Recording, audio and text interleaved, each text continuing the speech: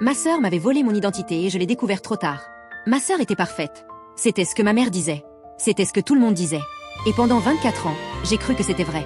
Jusqu'au jour où j'ai découvert qu'elle m'avait volé ma vie. Je m'appelle Sophie.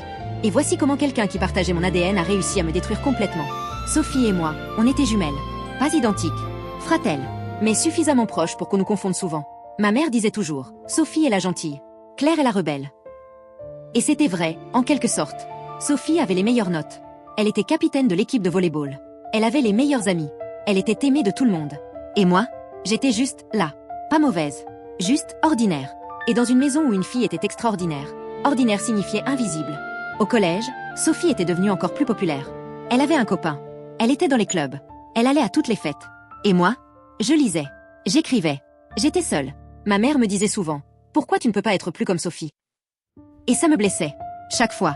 Pas parce que je voulais être elle. Mais parce que ma mère aurait préféré que je sois elle. À 18 ans, on avait pris des chemins différents. Sophie était allée à une université prestigieuse. Sciences politiques. Elle voulait être avocate. Moi, j'étais allée dans une université moins célèbre. Littérature anglaise. Je voulais être écrivaine. Ma mère avait dit, c'est dommage que tu n'aies pas eu les notes pour suivre Sophie. Même si, en réalité, j'avais eu les mêmes notes.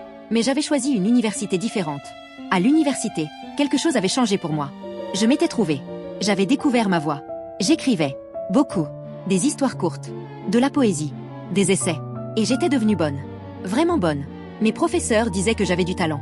Que je devrais envisager de publier. Pour la première fois de ma vie, je me sentais spéciale. C'était pendant ma 2e année. J'avais écrit une nouvelle. C'était autobiographique. C'était personnel. C'était bon. Et j'avais décidé de l'envoyer à une maison d'édition. Je n'attendais rien. Honnêtement. C'était juste pour voir. Mais 3 mois plus tard, j'ai reçu un email. Ils aimaient ma nouvelle. Ils voulaient la publier. J'étais en train de devenir écrivaine. À 20 ans, j'étais en train de réaliser mon rêve. Et j'étais tellement heureuse que je pouvais à peine respirer. Mon premier livre avait été publié 6 mois plus tard. C'était un recueil de nouvelles. Le titre était Les Voix silencieuses. C'était une critique douce de la pression sociale. De la manière dont les gens sont obligés de se conformer.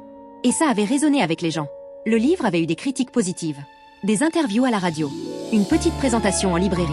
Je n'étais pas riche. Mais j'étais connue. Dans les cercles littéraires, du moins. Et c'était suffisant pour moi. Un jour, j'avais parlé de mon livre lors d'un dîner familial. Ma mère était là. Mon père était là. Et Sophie était là. Sophie m'écoutait parler avec cette expression étrange sur son visage. Pas de la jalousie. Pas exactement. Quelque chose d'autre. Quelque chose de plus sombre. C'est vraiment bien, disait-elle. Je suis fière de toi. Mais sa voix sonnait faux. Après le dîner, elle m'avait demandé de lui envoyer une copie du livre. Je veux le lire, disait-elle. Et je lui avais envoyé. Parce qu'elle était ma sœur. 3 mois plus tard, quelque chose de bizarre s'était passé. Sophie avait publié un livre. Un essai sur les femmes politiques. C'était bon. Vraiment bon. Mais il y avait quelque chose d'étrange dedans. Il y avait des passages. Des passages entiers qui ressemblaient à ma nouvelle. Les mêmes tournures de phrases. Les mêmes idées. Les mêmes histoires. Ce n'était pas directement des citations. Mais c'était familier. J'avais demandé à Sophie à ce sujet. C'est une coïncidence, avait-elle dit. Nos esprits se ressemblent probablement. Mais ce n'était pas une coïncidence. Et nous le savions tous les deux. Mais voilà ce qui était pire. Le livre de Sophie s'était vendu mieux que le mien. Beaucoup mieux. Pourquoi? Parce qu'elle avait des connexions. Elle avait des amis dans le monde de l'édition. Elle pouvait faire la promotion de son livre. Elle pouvait donner des interviews. Et les critiques? Elles adoraient son livre. Un essai brillant et nuancé, disait-il. Pendant ce temps, mon livre était oublié. Et pendant qu'on l'oubliait, Sophie devenait célèbre. Un jour, j'avais découvert quelque chose en faisant des recherches. Sophie n'avait pas écrit elle-même son essai. Elle l'avait fait écrire par un ghostwriter. Et ce ghostwriter avait utilisé des passages de mon livre. Sans mon autorisation. Je l'avais découvert en trouvant des emails entre Sophie et le ghostwriter. Utilise les parties sur l'identité de son recueil, écrivait Sophie. Juste assez pour que ce soit reconnaissable mais pas détectable. Elle avait volontairement copié mon travail. Et elle l'avait fait intentionnellement. Je l'avais appelée. Pourquoi tu as copié mon livre? J'avais demandé sans préambule. Long silence. Je n'ai pas copié ton livre. Ne me mens pas. J'ai les emails. J'ai la preuve. Et puis, elle avait dit quelque chose qui m'avait glacée. Je l'ai fait parce que tu ne mérites pas le succès. Quoi? Tu as toujours eu tout ce que tu voulais. Tu as toujours eu l'attention. Et maintenant, tu avais ton petit succès littéraire. Et je ne pouvais pas le permettre. J'ai eu l'attention? Sophie, tu as toujours été la vedette. Non, tu as toujours été celle qui avait le potentiel. Maman disait toujours que tu écrivais bien, que tu avais une voix spéciale. Et moi, j'étais juste la fille populaire. J'étais juste prévisible.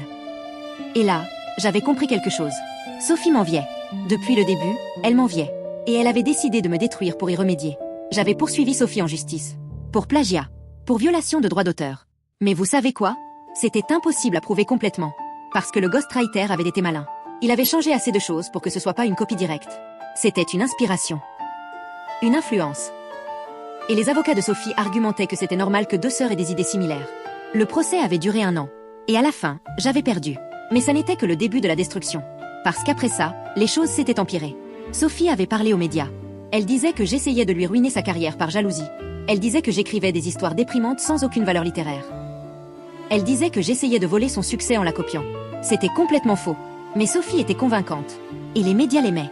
Progressivement, mon monde s'effondrait. Ma maison d'édition avait distancé de moi. Mes collègues écrivains me regardaient bizarrement.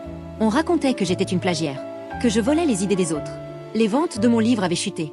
Et les offres de nouvelles publications? Elles s'étaient arrêtées complètement. Sophie m'avait détruite professionnellement. Mais elle n'avait pas arrêté là. Un jour, j'avais remarqué quelque chose de bizarre sur mon téléphone. Des notifications de sites auxquels je ne m'étais jamais inscrite. Des achats que je n'avais jamais faits. J'avais vérifié mon compte bancaire. Et j'avais découvert que quelqu'un était en train de voler mon identité. C'était Sophie.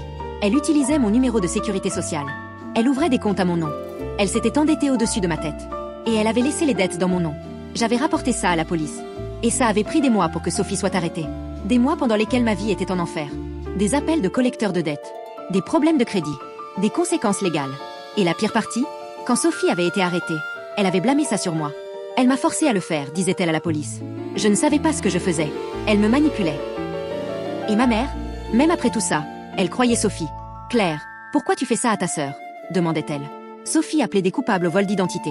Elle a reçu 3 ans de prison. Mais ça ne m'a pas aidée. Parce que les dégâts étaient faits. Ma carrière littéraire avait terminé avant même de vraiment commencer. Ma réputation était détruite. Et ma famille m'avait abandonnée. 10 ans plus tard, je suis devenue quelqu'un d'autre. Je ne suis plus écrivaine. Je suis avocate spécialisée dans les cas de vol d'identité. Je représente les gens que des proches ont trahis. Et je gagne presque tous mes cas. Parce que je sais profondément ce que ça ressent. Sophie a été libérée il y a 2 ans. Elle m'a écrit une lettre. Je suis désolée. Je ne sais pas pourquoi j'ai fait ça. J'étais jalouse. J'étais ta mère. Et je t'ai détruite pour me sentir mieux. Et maintenant, j'ai perdu tout. Ma carrière. Mes amis. Toi. Et j'aurais pu répondre. J'aurais pu pardonner. Mais la vérité, c'est que je ne veux pas. Parce que le pardon signifierait que ce qu'elle a fait était acceptable. Et ce qu'elle a fait, ce vol d'identité, ce vol de crédit, cette destruction de ma vie, ce n'était pas acceptable. Ce n'est jamais acceptable.